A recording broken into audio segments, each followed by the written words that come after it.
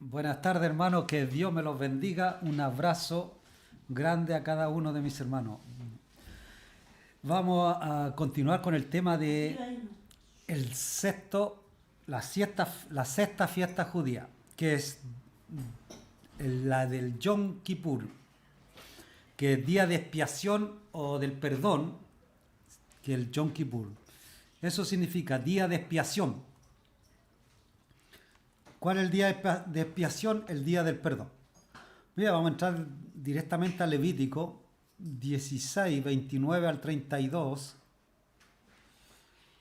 Y nos dice, en el 10º día del mes señalado a comienzo del otoño, que sería el séptimo mes de Israel, el séptimo Tirri sería, dice, deben negarse a sí mismos, o sea, ayuno.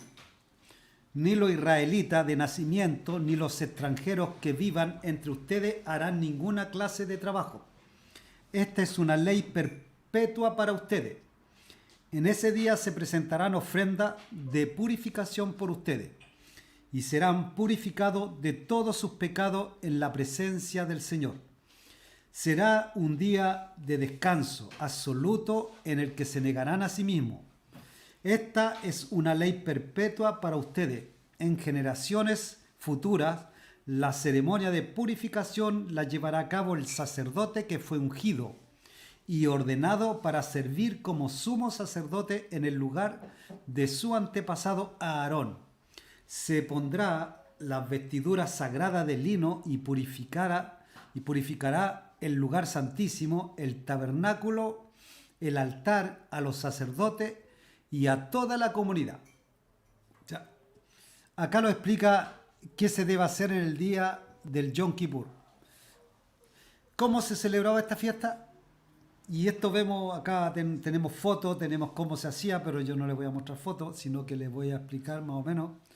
Significaba, dice, se celebra 10 días después de la fiesta de las trompetas. O sea, la fiesta de las trompetas, a los 10 días venía la fiesta esta del Yom Kippur, que en el mes Tirri, el 10 de Tirri, en el calendario hebreo, y es el día más sagrado para los judíos, Yom Kippur.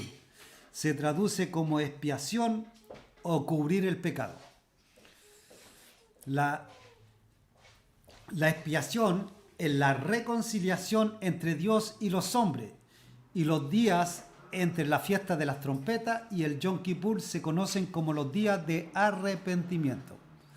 O sea, la fiesta de las trompetas es el rapto de la iglesia. ¿Se acuerda que vimos la semana pasada? El Yom Kippur es cuando Cristo viene a la tierra. O sea, ya no desciende y pone los pies en el monte de los olivos. Yom Kippur representa el día del juicio final, cuando Dios juzga al pueblo. El día de la expiación es el día santo más solemne y sagrado de los judíos, que se celebraba el 10º día del mes séptimo de hebreo. Expiar, ¿qué es expiar? Perdonar, limpiar de pecado. Eso es lo que se hacía en esta fiesta. Expiar, perdonar y limpiar de pecado. También se le conocía como el gran ayuno, porque ayunaban en estos días. Era la única fiesta judía que le exigían ayuno al pueblo de Israel. Ninguna otra fiesta se pide ayuno, en esta fiesta sí. La Biblia especifica claramente lo que debía hacerse en este día. En Levítico 16, 3 al 10, nos explica qué se debe hacer el día de Yom Kippur. Y dice, con esto entrará Aarón en el santuario. Yo quiero que preste mucha atención porque tiene mucho símbolo y significado en este pasaje. Con esto entrará Aarón en el santuario con un becerro para expiación y un carnero para holocausto. Expiación es perdonar y holocausto es quemarlo. Se vestiría la túnica santa de lino y sobre su cuerpo tendrá calzoncillos de lino y se ceñirá el cinto de lino. A ver.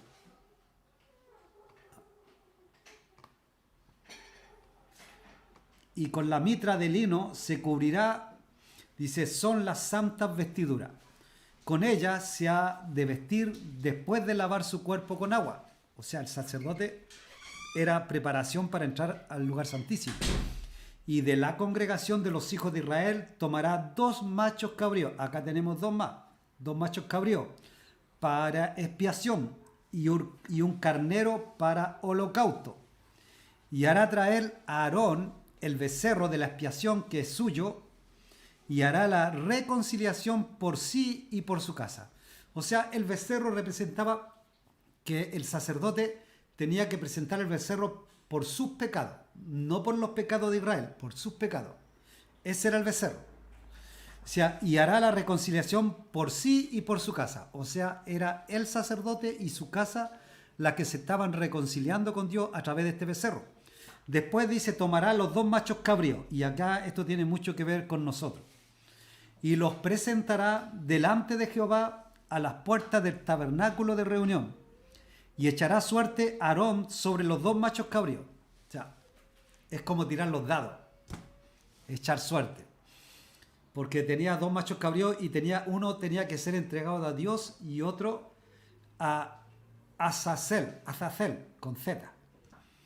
Una suerte decía por Jehová y otra suerte por Azazal. Mire, este Azazal, yo creo que preste mucha atención, simboliza a Satanás, al demonio. Pues lo vamos a ir viendo. O sea, un macho cabrío era la suerte para Dios y el otro para Satanás. Dice, ¿qué tiene que ver? Y hará traer a Aarón el macho cabrío sobre el cual cayere la suerte por Jehová, y lo ofrecerá en expiación a Dios. Mas el macho cabrío sobre el cual cayere la suerte por Azazel, lo presentará vivo delante de Jehová para hacer la reconciliación sobre él, para enviarlo a Azazel al desierto. O sea, como que lo envía después al desierto. Representa la reconciliación y después enviado al desierto. ¿Qué tenemos que ver nosotros con esto? Dice. Los tiempos bíblicos, el sumo sacerdote sacrificaba un animal que decíamos que era el becerro por los pecados de él. Y el macho cabrío es tiempo, dice, de ayuno y oración. Luego el sacrificio se soltaba el chivo expiatorio que llevaba los pecados de Israel y este jamás regresaba.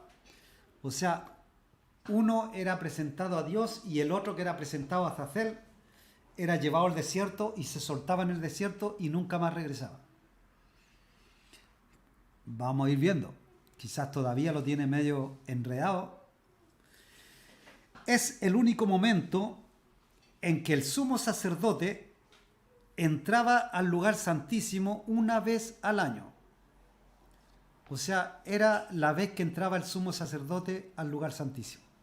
Se quitaba sus vestimentas oficiales y se vestía humildemente de blanco. Luego entraba llevando un incensario de oro y una vasija con incienso.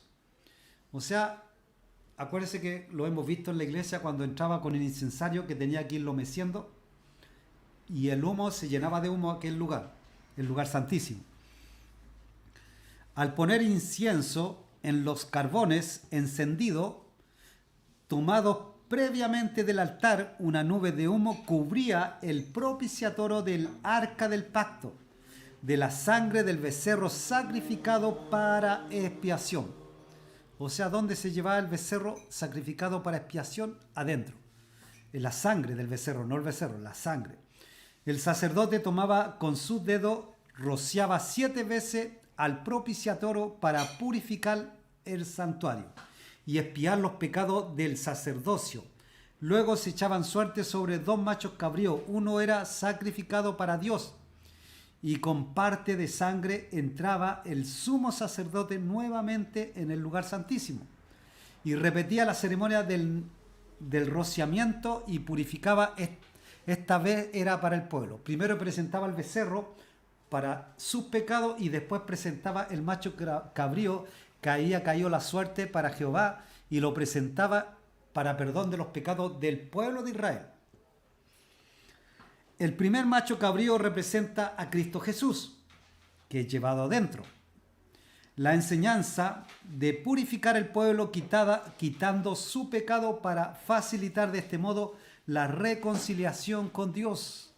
Levíticos 16:10 dice: y se cumple totalmente en Cristo, de quien Juan el Bautista nos dice: el siguiente día vio Juan a Jesús que venía a él y dijo: he aquí el Cordero de Dios que quita el pecado del mundo. O sea, esta era la ceremonia que estaba representando lo que decía Juan el Bautista. He aquí el Cordero de Dios que quita el pecado del mundo.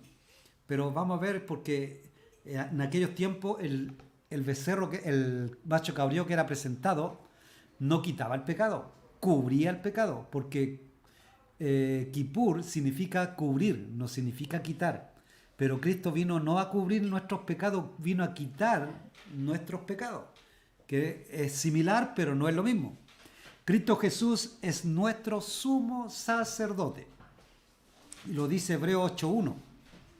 Ahora bien, el punto principal de lo que venimos diciendo es que tenemos a tal sumo sacerdote, el cual se sentó a la diestra del trono de la majestad en los cielos. O sea, tenemos ahora un sumo sacerdote en el cielo que está intercediendo por cada uno de nosotros. ¿Quién ha entrado al trono de Dios para hacer expiación por la humanidad de una vez por todo? Cristo. Lo dice Hebreos 9, 27, 28. Representa al macho cabrío. Y dice: y de la manera que está establecido para los hombres que mueran una sola vez. Hebreos 9, 27, 28, si lo dije. Y después de esto, el juicio.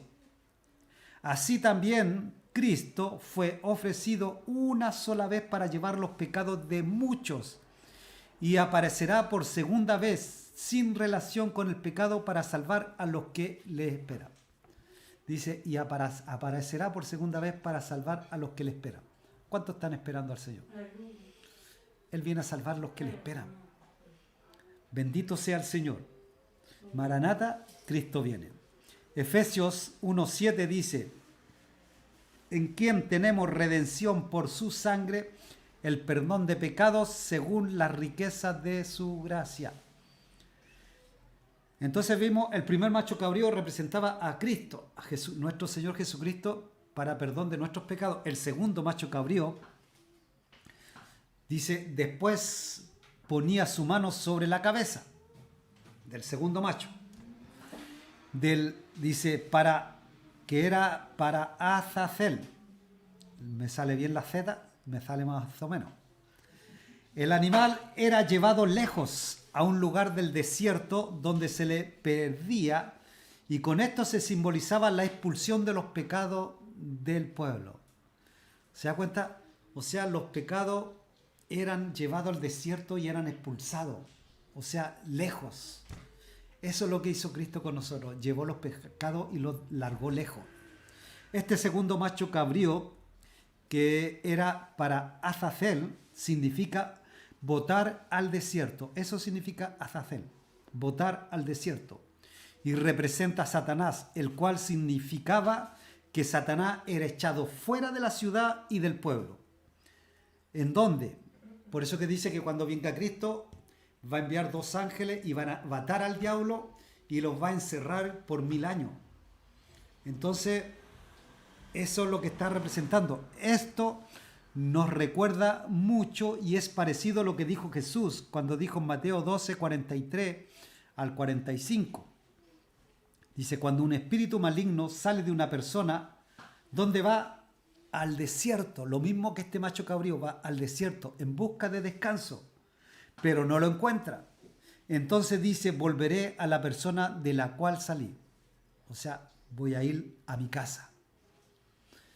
Que el enemigo no diga que tú eres su casa. ¿Sabe qué? Nosotros somos templos del Espíritu Santo, no somos casa del diablo. Somos casa de Dios.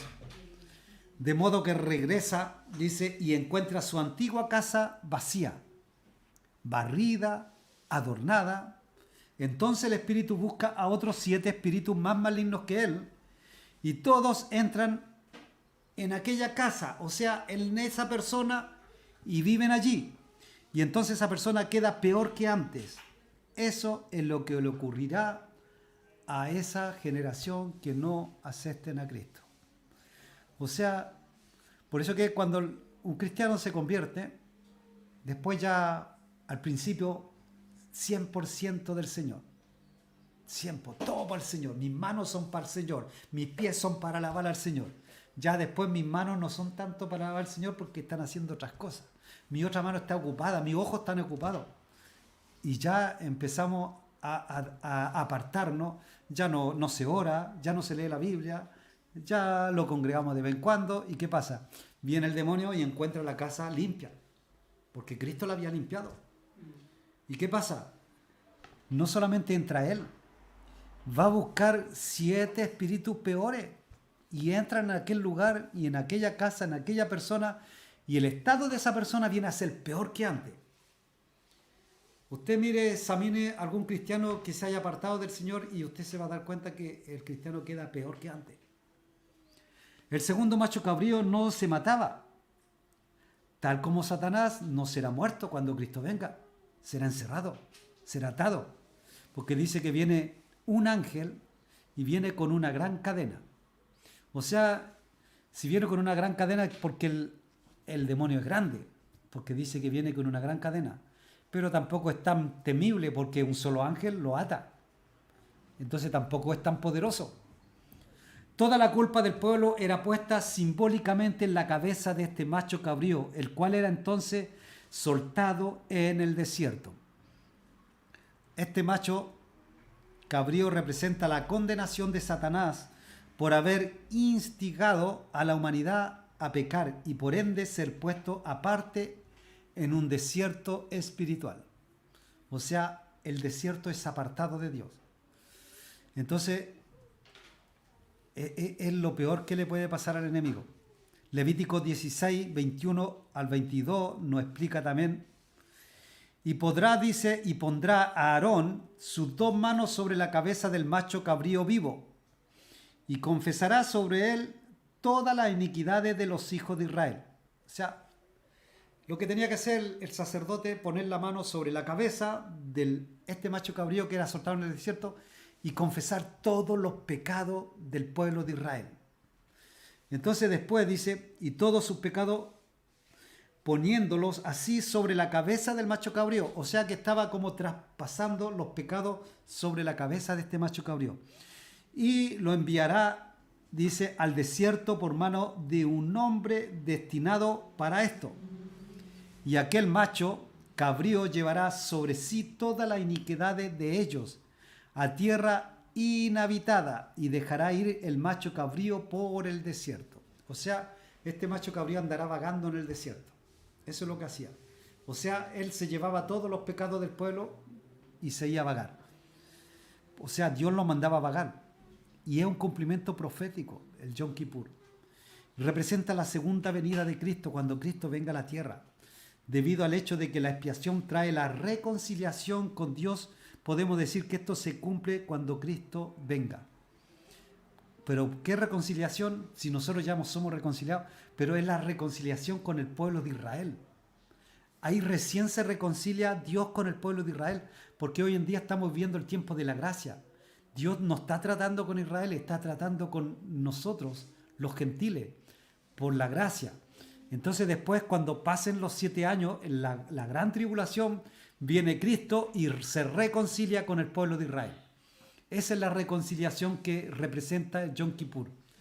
Con el sacrificio de Cristo, la expiación adquirió un significado eterno, porque los judíos cada año tienen que repetir la misma historia, humillarse, arrepentirse y hacer expiación con ayuno por su pecado. Humillarse, arrepentirse y hacer expiación con ayuno por su pecado. Humillarse, arrepentirse todos los años y siguen repitiendo año tras año. ¿Pero por qué? Porque no han creído en Cristo. Con la muerte de Jesús, un solo sacrificio ya es valedero. Y para siempre. Para siempre, escuche, para siempre. Cristo, el sacrificio de Cristo es para siempre, no es para... No, ya es para siempre. Hebreos 10:12 dice, pero habiendo ofrecido por los pecados un solo sacrificio, escuche, para siempre, está sentado a la diestra de Dios. O sea, Él quitó los pecados de nosotros para siempre. Amén. Hay una gran diferencia entre la expiación judía ceremonial que hacen ellos y la expiación cristiana que hizo Cristo. Hay una gran diferencia, es que es similar, pero no tiene nada que ver. La expiación judía cubría el pecado. O sea, por eso Kippur significa cubrir. El pecado no era removido, sino era cubierto por la sangre del sacrificio del animal. O sea, lo que hacía esta sangre cubría el pecado para que así podían estar bien delante de Dios. Pero al cabo del próximo año tenían que volver a presentar otro sacrificio porque solamente lo había cubierto. Al otro año, otra vez y otra vez, año tras año. En cambio, bendito sea nuestro Señor Jesucristo, que hizo un sacrificio y para siempre. En la expiación cristiana, el pecado es removido, es quitado, de manera que ya no hay barrera entre Dios y el hombre. Ya no hay nada que nos impida acercarnos a Dios, porque el pueblo de Israel no se podía acercar a Dios por el pecado, pero el pecado tampoco lo quitaba, lo cubría. Por eso dice Primera de Juan 1:9, si confesamos nuestros pecados, Él es fiel y justo para perdonar nuestros pecados y limpiarnos de toda maldad. Bendito sea nuestro Señor Jesucristo. Amén. Primera de Juan 1:7 nos dice también, pero si andamos en luz, como Él está en luz, tenemos comunión unos con otros. Y la sangre de Jesucristo, su Hijo, nos limpia de todo pecado. Amén. Cuando dice todo, está hablando de todo, no queda nada afuera. No es que yo me porté tan mal y yo hice pecados tan fuertes, no, dice todo pecado. O sea, no queda ningún pecado fuera. Por eso todos tienen oportunidad. Dice, no, pero ¿cómo va a tener oportunidad? Ese que asesino también tiene oportunidad. Todo. Es que aquel que mató, aquel que violó, también tiene oportunidad. También Dios lo puede perdonar. Cuando se arrepiente. Es el día de expiación. Este día de Yom Kippur, el día de estar cara a cara con Dios. Se le llama el gran día. También se le dice el día de ayuno. También se le dice el día del gran chofar. El día en que se cierran las puertas. Todo eso se llama el día de Yom Kippur. Y sabe que el tiempo de cumplimiento de esta profecía del Yom Kippur es al final de los 7 años de tribulación, conocida como las 70 semanas de Daniel. Evento detonado por la segunda venida de Cristo. O sea, las 70 semanas de Daniel se cumplen entre la primera venida y la segunda venida. Y esto sucederá en el momento cuando los huestes del anticristo tengan sitiado al pueblo de Israel para destruirlo totalmente al término de la gran tribulación. O sea, ¿qué es lo que va a pasar en la gran tribulación? Todos los países alrededor de Israel se van a levantar contra Israel. Es la tercera guerra mundial. En estos 7 años que van a ser la gran tribulación, va a ocurrir que el pueblo de Israel va a pelear y va a levantarse en guerra con los que se levantan contra él. Pero bendito sea el Señor, cuando ellos estén a punto de ser exterminados, aparece Cristo a defender a su pueblo. Por eso que tengan sitiado al pueblo de Israel para destruirlo totalmente el término de la gran tribulación, sucederá esto, del cual la Escritura y Jesús hablan como la abominación desoladora, y la Escritura dicen en Joel 3:1. El libro de Joel 3:1 y 2. Porque he aquí, en aquellos días, en aquel tiempo, en que haré volver la cautividad de Judá y de Jerusalén, reuniré a todas las naciones y la haré descender al valle de Josafat.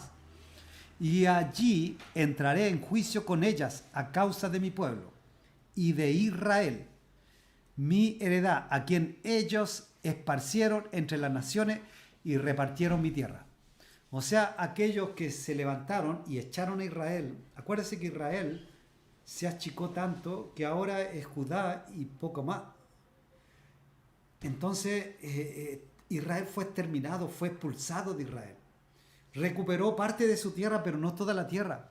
Entonces Dios va a venir a hacer juicio con todos aquellos que han echado a Israel en la tierra que Dios le había dado. Dice, no, pero es que la tierra era de nosotros, dicen algunos. Pero la tierra no es de nadie, la tierra es de Dios y Dios la da a quien Él quiere. Y se la dio al pueblo de Israel. Entonces Dios va a venir a levantar juicio a todos aquellos que le han quitado la tierra a Israel. La primera aparición de Jesús fue visible. Por tanto, la segunda aparición también será visible. No existen apariciones invisibles, sino que toda la aparición es bien visible. Él vendrá a salvar a los que le esperan. El rapto también va a ser visible. Cristo volverá en persona a la tierra para restaurar a su pueblo Israel, cumplimiento de esta profecía. O sea, no en el aire, a la tierra. Vendrá a la tierra y va a ser visible. No va a venir como un ángel, como muchos dicen, no es que viene como un ángel, no, va a ser visible. Los dos ángeles dijeron que Jesús vendrá del cielo de la misma forma que se fue. Nos dice en Hechos 1:11. Él ascendió al cielo de forma visible hasta que una nube le recibió y le ocultó de la vista de sus discípulos. Y esto lo dice Hechos 1:9 al 11. Dice, y habiendo dicho estas cosas, viéndolo ellos, fue alzado. Y le recibió una nube que le ocultó de sus ojos. O sea, fue levantado Cristo y una nube lo cubrió, lo tapó. Y estando ellos con los ojos puestos en el cielo, dice, los discípulos mirando al cielo, entre tanto que él se iba, he aquí se pusieron junto a ellos dos varones con vestiduras blancas, las cuales también le dijeron, varones Galileo, ¿por qué estáis mirando al cielo? Este mismo Jesús que ha sido tomado de vosotros al cielo, así vendrá como le habéis visto ir al cielo. O sea, vendrá como le habéis visto ir al cielo, así vendrá. O sea, se verá. El cual tiene su cumplimiento literal en Apocalipsis 1, 7 y 8. He aquí, dice, viene con las nubes, y todo ojo lo verá, y los que le traspasaron, y todos los linajes de la tierra harán lamentaciones por él. Sí, amén. Yo soy el alfa y el omega, principio y fin, dice el Señor, el que es y que era y que ha de venir, el Todopoderoso. O sea, acá cuando habla de esto, aquí viene con la nube y todo ojo lo verá y los que lo traspasaron. O sea, es cuando venga a la tierra. Ahí van a ser. Cuando los que lo traspasaron se van a dar cuenta que era el Mesías. Muchos estudiosos del tema concuerdan que este pasaje se enlaza con Zacarías 12, el 9, 10 y el 13:1. Por eso que dice, se verá el cumplimiento profético del Yom Kippur, entendiendo que Zacarías 12 describe un evento que ocurrirá al final de la gran tribulación, que es la segunda venida de Cristo, en el cual los judíos finalmente reconocerán al verdadero Mesías. O sea, en la fiesta del Yom Kippur, cuando Cristo venga a la tierra, ahí lo van a reconocer como el Mesías, los judíos. Dice, y lamentarán no haber creído en él, y lamentarán haberlo crucificado, mostrando gran arrepentimiento. Ahí viene la reconciliación Israel con Dios. Y este será el verdadero gran día de la expiación y gran arrepentimiento para el pueblo de Israel. Y esto es lo que muestra la fiesta esta.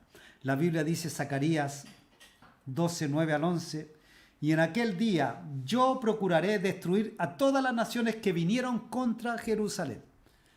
O sea, se da cuenta, en aquel día, todos aquellos que se van a levantar contra Israel para destruir a Israel, dice, yo, dijo el Señor, procuraré destruir. ¿Quién los va a destruir? Dios los va a destruir, Cristo. A todas las naciones que vinieron contra Jerusalén. Y derramaré sobre la casa de David y sobre los moradores de Jerusalén espíritu de gracia y de oración. Y mirarán a mí, a quien traspasaron, y llorarán como se llora por un hijo unigénito. Y afligiéndose por él, como quien se aflige por el primogénito, en aquel día habrá gran llanto en Jerusalén, como el llanto de Adadrimón en el valle de Megido. ¡Wow! Acá nos habla bien claro la venida de Cristo a la tierra del Yom Kippur. Entonces, Zacarías 13:1 también dice, en aquel tiempo habrá un manantial abierto para la casa de David y para los habitantes de Jerusalén, para la purificación del pecado y de la inmundicia. O sea, en aquel día el pueblo de Israel va a ser limpio, va a ser quitado el pecado de Israel. Y por eso que el enemigo será encerrado en aquel día.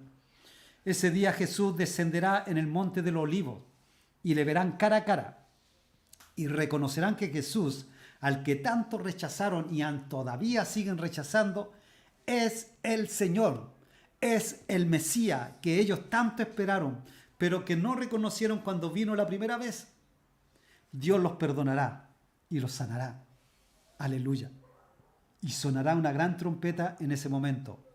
San Pablo, el apóstol Pablo, habla del cumplimiento profético del día de expiación, del Yom Kippur, cuando dice en Romanos 11, 25 al 27. Dice, porque no quiero, hermanos, que ignoréis este misterio, para que no seáis arrogantes en cuanto a vosotros mismos, que ha acontecido a Israel endurecimiento en parte hasta que haya entrado en plenitud de los gentiles. O sea, el pueblo de Israel está endurecido hasta que se cumple la cantidad de los gentiles que tienen que ser salvos. Y luego dice, todo Israel será salvo.